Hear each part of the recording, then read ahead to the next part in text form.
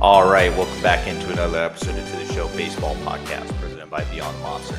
I am your host, Andrew Parker, and today's episode, we're diving into the San Diego Padres organization. I got Eric Yost on, and Eric is coming off a Player of the Week award for Fort Wayne last week for his outing that he had, one of his best of the season.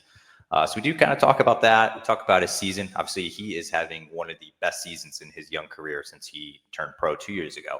So we do dive into that, kind of like what kind of things he was doing over the offseason, things that he's added, pitch mix wise. And we do dive into all that, as well as shouting out the good old Northeastern University where he attended and he played for 3 years. So we do kind of talk about that and more on this. But before I get into the interview, whether you're watching me on YouTube right now, listening on Spotify, Apple Podcasts, wherever it is you get your podcast, please like, subscribe, making a huge push right now on YouTube. And it would mean the world to see some subscribers there. It is completely free, by the way. But yeah, without further ado, let me shoot you on to the interview with Eric Yost. All right, I am joined by Eric Yost of the Padres organization. Now, Eric is coming off a Player of the Week award this past week for his performance, and that's exactly where we are going to start. Eric, you are coming off probably one of your better weeks and better outings of the season, and that's what I wanted to start with. How were you feeling, and I guess what was working for you last week? Yeah, obviously, I felt pretty good last week. Going into it, I kind of just felt like another game, but it was hot out there. I prepared the same way I always do. Me and my catcher had a plan, and I think my curveball was working. They had a lot of lefties in the lineup, and my curveball is my best pitch to lefties. So I was just trying to get to 2 strikes as fast as I could and then put them away with either curveball, fastball, changeup, whatever the scouting report told me to do. So, yeah. And something I did notice about, you just in this past, I would say 2 month stretch, you're going deep into games. You haven't gone less than 5 innings since April 27th. So it's been a while. You've been going deep into games. That's something I value, is obviously starters that work later into games. Is that something that you've kind of prided yourself on, and you've kind of, I guess, you've liked what you saw with yourself this year on, getting deeper into games? Yeah, as a starter, that's always one of the goals of the game, try to get deep into the games and give the team a chance to win. But, yeah, I do pride myself in that. I mean, I'm a strike thrower. I'm not a guy who's throwing upper 90s out there, so I try to go deep in the games, get hitters out as fast as I can, and, yeah, it's kind of part of my game. And so obviously you're pitching in high this year. You got a taste of it last year as well. What have you kind of noticed about, I guess, yourself as you're coming back into the level at high A? And what kind of things have you learned about yourself so far at the level? And I guess what have been some challenges you've seen so far? Yeah, I mean, one thing I definitely learned about myself is that my fastball is better than I think it is. It's not crazy hard, but if I can throw in the right spot, it plays to anyone. So trusting my fastball has been big this year. And then also just believing in my off-speed pitches that I can land it in the zone. I don't have to throw fastballs when I'm behind in the count, like 2-0, 2-1. I don't have to throw a heater. I could throw a changeup or flip in a curveball, and it'll play better than a fastball would in those counts. So those are 2 big things this year that I've learned. All right, you got to give me a second here. I am going to hype you up for a second, so just bear with me. Yeah.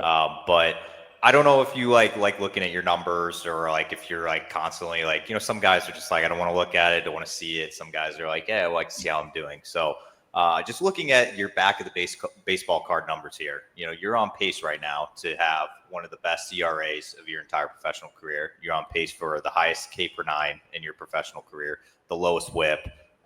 You're on pace for the most strikeouts you've ever had in a season in your professional career. Is that something, well, first of all, I want to ask, is that something that you are that you look at and that you kind of know, or is that something that I don't really want to look at stats? No, I look at it. I mean, okay. Yeah. I do know, what's my 3rd year in pro ball, so I've never thrown this well, so I kind of do just know it's the best season of my career so far. But I going deeper into it like you did. I didn't know those numbers, but just like the basic, like this is the best year of my career so far that I did know. Yeah, and I know, like, obviously, like, ERA, things like that. That's not the end all be all. I know there's a Yeah. lot of behind the scenes things, like, that even fans don't get to see on that. But obviously, just looking at those numbers and seeing that, it's like you're pretty much on pace for the best you've ever had. Mhm. So, what's working for you this year? Like, what is different about this year compared to, let's just say, last year? Yeah, I think two things are big. It's I have a new slider that I didn't really throw last year, and that's played really well to righties who I had trouble getting out last year. And then also I changed my changeup, so it's slower this year and moves more, and just gives myself two more pitches that I can use in any count instead of just throwing fastball, curveball, which I mostly was last year, just those two. Is that obviously I did want to ask you as well, and this kind of kind of couples in with my next question here. I did want to ask you a little bit about your off season and kind of like what some things you were working on. Obviously, you had just mentioned some new pitches and stuff to your pitch mix that you've kind of Mhm. changed up. Was that the main focus for you this off season, or were you working on velocity? Like, I guess what was the main focus? Yeah, I think that was a main focus for me. Another one was getting stronger in the weight room just so I could get a little velocity. But I think the pitches were my main focus because I know that would make me a better pitcher for sure. So Yeah, and obviously, you adding a new pitch mix and everything. How long does that take for, I guess, yourself to get comfortable with, say you are adding a slider, you're adding, any pitch. mhm. How long does that take you to get fully confident throwing it in games?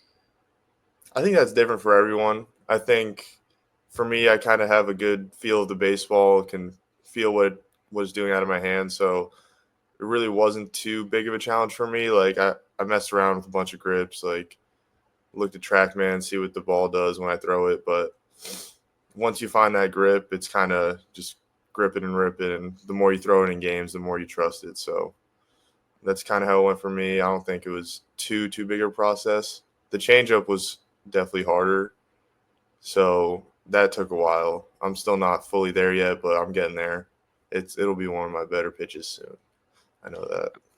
So we're in late June right now. Obviously, July marks the MLB draft, Hmm. and you are coming up on 2 years since you were drafted and began your professional baseball career. Um, is it been what you expected it to be? Has it been, I guess, pro ball? Has it just, affiliate ball is a lot different than college baseball. Yes, So I guess now that you're 2 years in, has it kind of been what you expected, or has it been like a pretty crazy adventure for you? it's definitely been an adventure. That's for sure. I mean, it was 2 weeks after I got drafted. I got sent to here in Fort Wayne, where I am now in High A. Then 3 days later, back to Low A. So that was a crazy start to my career, but honestly, going into it, like before Pro Bowl, I really didn't know what to expect. I was kind of, oh, cool, I'm in Pro Bowl. Like, need to figure out how all this works. But now that I'm settled in, it's definitely a little easier to handle. Not as much going on in my head. So having those like 2 years, now I'm definitely settled in and figuring it all out. I don't. I'd like to probably say that you're an East Coast guy. Obviously, grew up in New York. Went to Northeastern, played on the Cape during the summers. So I'd consider you an East Coast guy. And so For sure. you got drafted by the Padres, who obviously are their spring trainings out in Arizona. Low A's in California. I know you're in Fort Wayne now, but obviously once you progress through the levels, you go back out west. Hmm. Was that something that you needed to adjust to, just like the way of life, just being in Arizona for spring training and California for low A? I think the heat was a big change. Like going to Arizona and then going to California, that was my first time ever going to the West Coast. I'd never been out there. So, especially in Arizona, when I first got drafted, like it was July and August, it was the hottest I've ever played baseball in. Yeah. Yeah, that was definitely an adjustment. And then last year in Low A in California, that was the hottest baseball I've ever played too. So that was the biggest adjustment. But the travel and all that, I don't really think about that. That's just kind of it is what it is. Yeah, I always think that that's like such an underrated aspect or not talked about as much for, guys that maybe say grew up in California and they're playing for an East Coast team or vice versa. It's just like, your family and friends are all like 3 time zones away from you. It's like it's very weird. I know you're not right now, but just in Arizona and California, it's always I just feel like it's very underrated. It's like, hey, my parents got to stay up until like 10 to watch me like start at like 6 o'clock on the West Coast. So definitely interesting. Did you have like any so you grew up in New York, and one of my favorite places in the country is upstate New York. I think it's absolutely beautiful. But did you have like any sort of, I don't want to say culture shock because it's like, I feel like it's not too crazy of a difference, but was there anything that you really missed from home, like when you're out on the road? Like my friends and family, that obviously sucks. Like it's nice now because you have phones, I can FaceTime them and all that. But my parents come and visit, I don't know, once a month, twice a month, so that's nice of them. But yeah, like I said earlier, this is just kind of the life I live now, playing professional baseball. I don't really try to miss things too much because I can't do anything about it. So Yeah, it's what it is. it's a good way to look at it. Yeah.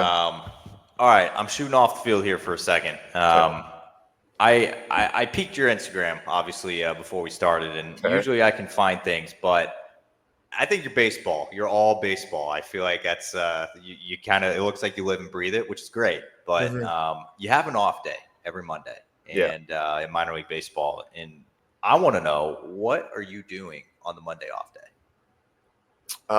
I'm a big golfer, so me and we got 3 buddies. We go golfing every Monday, and then if someone can't make it, we'll find someone else. But a lot of guys on the team here in Fort Wayne golf, so it's a fun thing to do on the off day. Yeah, I was gonna say it's very, very, very rare when I have a pitcher on here and they are not golfing on Mondays. It's a big. Everyone does it. Just Yeah, fun thing to do. I've noticed it's a big minority for guys that aren't. And so I guess my thing is, obviously California's got some really good golf courses. How's the golf scene in Fort Wayne? It's better than you would think. There's some nice courses here. Then they're nice. They give us a discount because we play for the Tin Caps, which I appreciate. But yeah, the courses are nicer than you think. Except summer now, it's getting real hot, getting tough to get through 18. Yeah. Yeah. Yeah, that's tough. I can only imagine what it's like in Arizona, like whenever you're down in spring training. I'm sure you guys are going like all the time. And then obviously, like, if you were in, when in low A, it's like there's probably some great course around there. But hey, Fort Wayne can't be slept on. Yeah. All right. So you are coming off. Obviously, we've talked about it. You won Player of the Week this past week. There probably wasn't something that you went into the week saying, I want to win Player of the Week, but it happened. And minor league baseball did, shout you out and everything, which has got to be a cool feeling. We're around the halfway point of minor league baseball. I think we're just past it. What are some things that, the second half, as it starts ramping up and we get into July, what are some things that you have in mind, like, whether it's goals or anything personal, statistical, anything? What are you trying to accomplish in the second half? I'm trying, like we were talking about earlier, going deep into games. I want to keep doing that. Like, try to get at least 5 innings every time I go out there, which I know is hard to do, but that's going to be one of my goals. And then another one is to add a little velo. Like, body's still feeling good, even though it's getting late in the year. So I want to try to throw a little harder, like prove to myself that I can do that. So those are 2 things that I really want to do. And I'm all over the place. You just got to bear with me. Yeah, but I did want to do this before kind of signing off on, this interview here. But, you're a proud alum of Northeastern University, which I am very familiar with. Obviously, we talked a little bit off air, but, Northeastern has become a bit of a powerhouse in baseball, I would say. The names that are coming out of there year after year now is quite incredible. But for people that maybe aren't in the Northeast or East Coast, probably don't know too much about Northeastern. They should, but they probably don't.